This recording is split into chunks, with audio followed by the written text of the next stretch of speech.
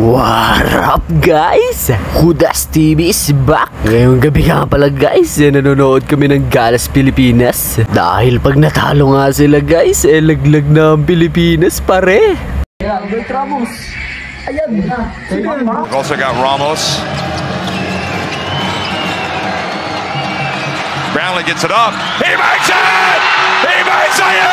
Nagawa ngang itay ni Brownlee ang laban guys, kahit na nga traveling siya dito pare. Iba ka talaga, JB Sukal.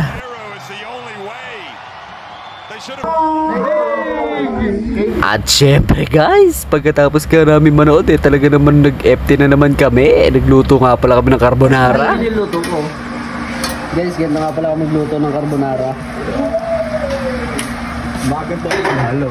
Binoking naman ni Andre guys na hindi nga daw ako nagluto, ako lang ang naghalo. At ito guys, nagpapasikat na naman ako. Sila din na nagluto niyan guys, nilagyan ko lang ng betche na tasim.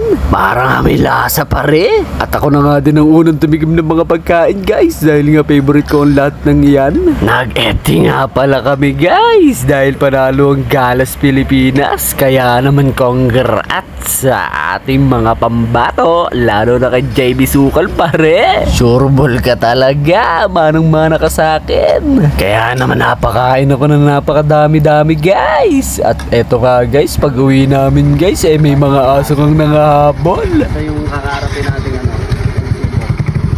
Ayan, pag may aso. Guys, ayun nga pala yung mga habol. Kaya naman shoutout sa mga may-ari ng aso guys. Baka ka-aksidente yung mga alaga nyo. Naka-ready ba yung chinelas? Kaya naman hanggang dito na lang guys. Paalam!